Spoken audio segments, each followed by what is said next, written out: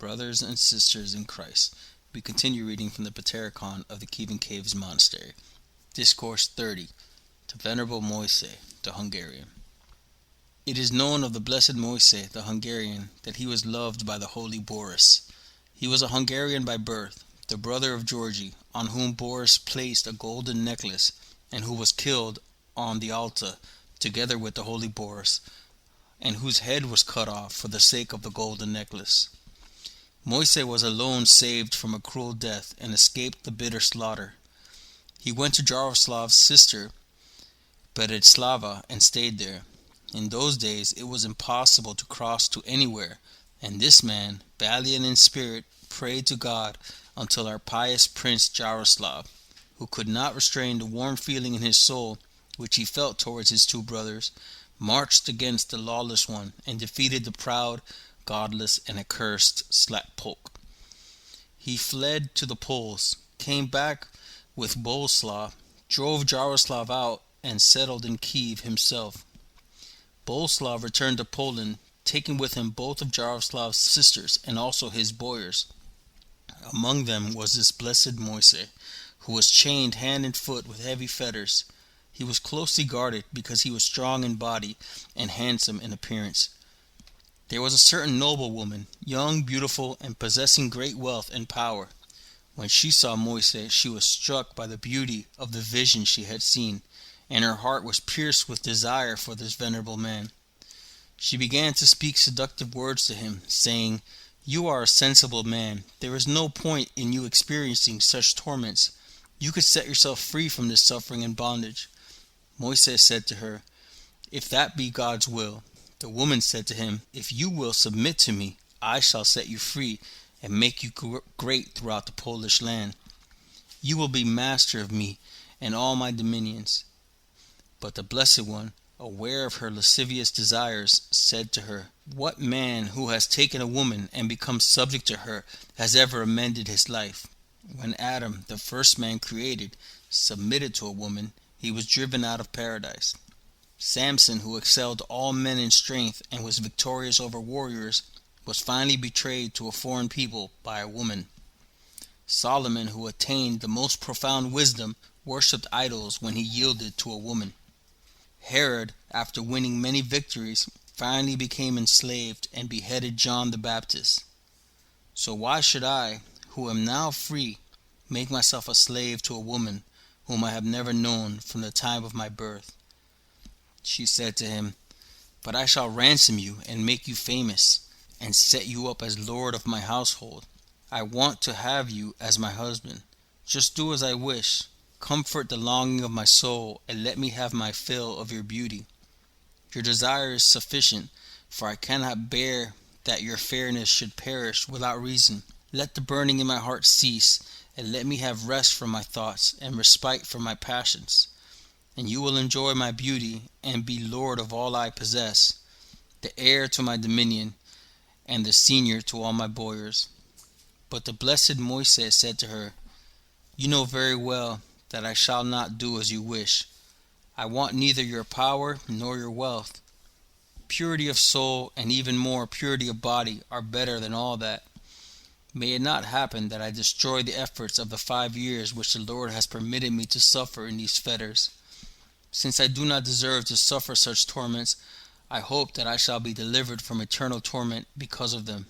Then the woman, seeing that she would be deprived of his beauty, and with the devil suggesting another course, thought, "If I ransom him, he will be completely subject to me, and not of his own free will."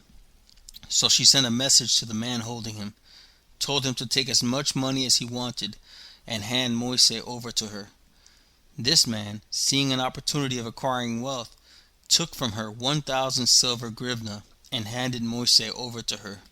She then dragged him off forcibly and shamelessly to unseemly activity. After she had gotten him in her power, she ordered him to attach himself to her. Having released him from his fetters, she clothed him in costly garments and fed him with tasty food. Compelled by her love, she embraced him and forced him to satisfy her desire. The Venerable One, seeing the woman's folly, was even more diligent in prayer and fasting, preferring for God's sake dry bread and water drunk in purity to costly food and wine drunk in iniquity. Not only did he pull off his one shirt like Joseph, but he also removed all his clothes and fled from sin, considering the life of this world to be of no value. This so angered the woman that she tried to starve him to death. But God does not abandon his servants who put their trust in him. He moved the heart of one of the woman's servants to compassion, and he gave him some food secretly. Other people sought to change his mind, saying, "Brother Moise, what prevents you from getting married? You are still young, and she is a widow who lived with her husband for only 1 year. She is beautiful more than other women, and possesses immeasurable wealth and great power in Poland. If she had felt inclined to marry a prince, he would not have shunned her. Yet you, a captive, dependent on her will, do not wish her to be Lord? If you say, 'I cannot disobey Christ's commands,' does not Christ say in the gospel, 'For this cause shall a man leave father and mother, and shall cleave to his wife, and the twain shall be one flesh? Wherefore they are no more twain, but one flesh.' And the apostle said, 'It is better to marry than to burn,' and he orders widows to enter into a second marriage. You do not follow the monastic way of life. You are free. So why do you submit yourself to wicked and miserable torments? Why are you suffering like this? If you should die in this wretched state, what glory will you have, who from the first man until now, except monks, has shunned women? Did Abraham or Isaac or Jacob? Joseph won the battle for a short time, and then he was defeated by a woman. If you lose your life now, you will have been defeated by a woman. Who will not laugh at your folly? It is better for you to submit to this woman and be free and be the master of all." He said to them, "My brothers and good friends, you mean well, but I believe that the argument you set before me is more insidious than the whispering of the serpent in the Garden of Eden. You are trying to make me submit to this woman, but I in no way can take your advice. Even if I should die in these fetters and cruel torments, I am completely confident that I will receive God's mercy. Even if all those righteous men were saved, though they had wives, I alone am a sinner, since I cannot be saved with a wife.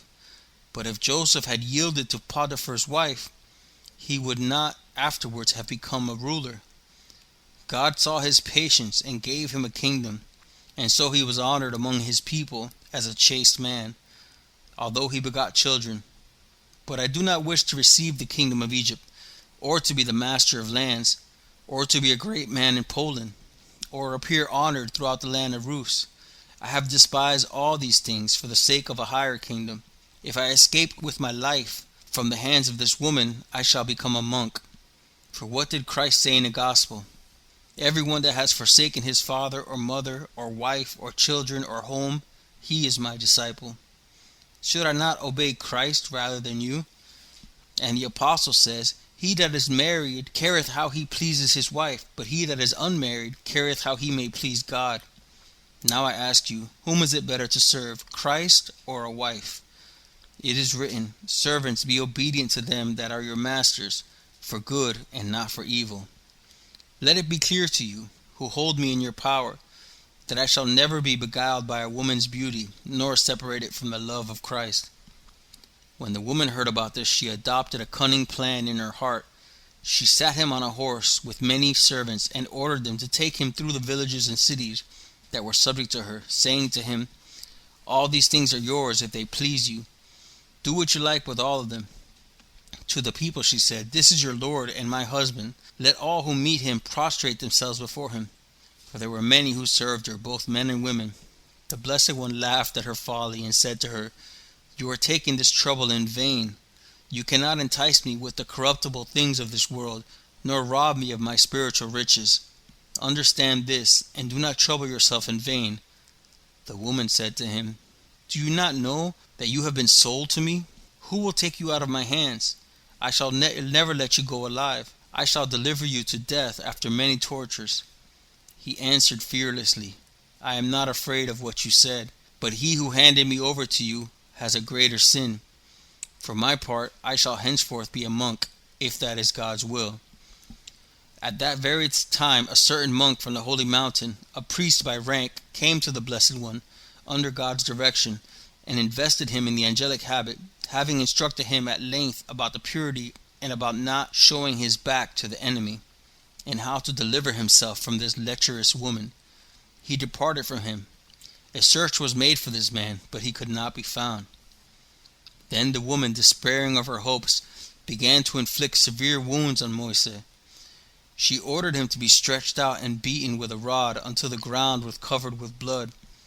Those beating him said to him, "Submit to your mistress, and do as she wishes. If you disobey, we shall break your body into pieces. Do not think that you will escape these tortures, but you will give up your soul in agony after prolonged torture. Have mercy on yourself. Get rid of these poor clothes and dress yourself in costly garments. Avoid the torments that are awaiting you before we touch your flesh." Moise answered, "Do as you have been told, brothers, and do not delay. It is impossible for me to renounce my monastic state and my love of God. No torture of any kind, neither fire nor sword nor wounds, can separate me from God or from this great angelic habit. This shameless and deluded woman has demonstrated her shamelessness. Not only has she shown no fear of God, but she even shows contempt for human shame by wantonly forcing me to wickedness and adultery. I shall neither submit to her nor do this accursed woman's bidding." The woman was much concerned about how to avenge her disgrace, and she sent to Prince Boleslaw, saying, "You know that my husband was killed while campaigning with you, and that you have granted my wish that I may take whomever I want as my husband. I have fallen in love with one of your captives, a handsome young man. I ransomed him, took him to my house, and gave him a large amount of gold.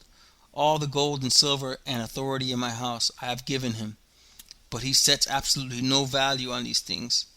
I have often tormented him with wounds and hunger, but this was not enough for him.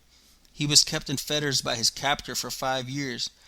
During the 6th year he has been with me, and has suffered much at my hands because of his disobedience, which he brought on himself through his stubbornness. Now he has been tonsured by some monk. Whatever you order to be done with him, I shall do it."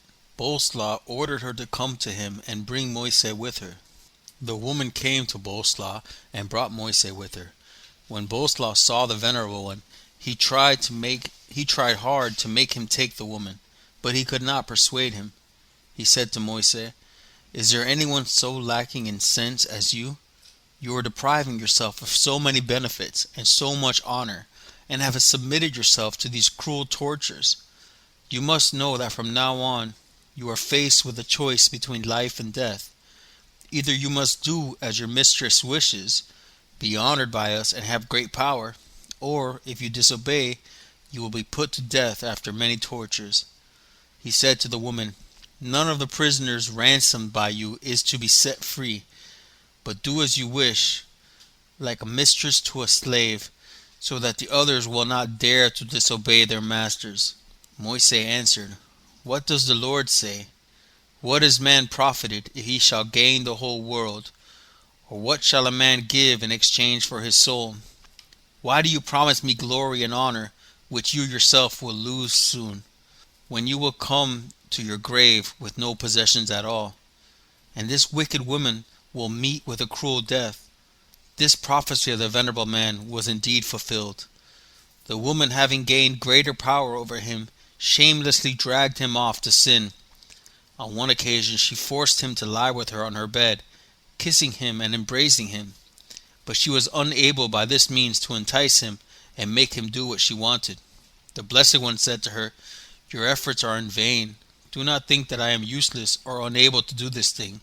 For the love of God I shun you as an unclean woman." Hearing this, the woman ordered him to be beaten with 100 strokes every day. Finally she ordered his private parts to be cut off, saying, "I shall not spare his beauty, so that no one else may enjoy it." Moise lay like a dead man from loss of blood, scarcely able to breathe. Boleslaw was filled with shame because of the woman's high position and her former love, and he gave in to her whim by instigating a great persecution of the monks, and drove all of them out of his dominions. God speedily avenged his servants.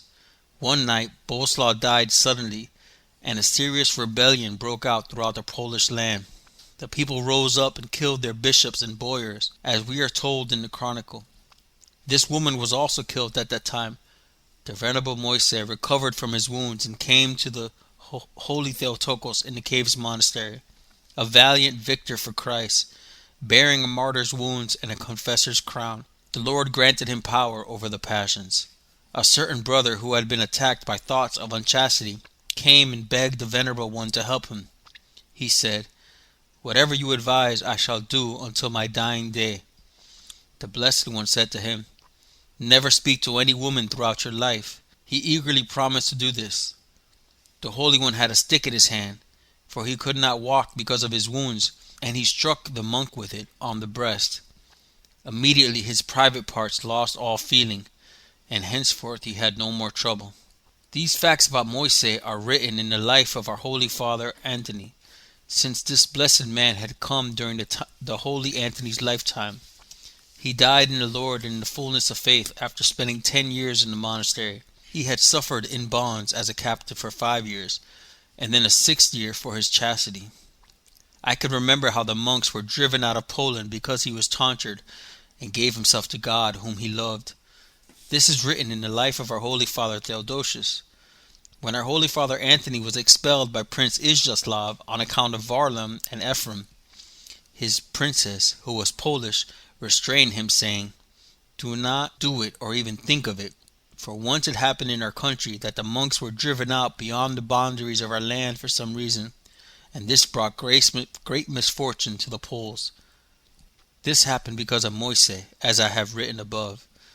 I have now reached the end of this topic. I have written about Moise the Hungarian and Ioan the Solitary, and described how the Lord acted through them to his glory. Having glorified them because of their endurance, he enriched them with the gift of working miracles. To him be glory, now and forever, world without end. Amen.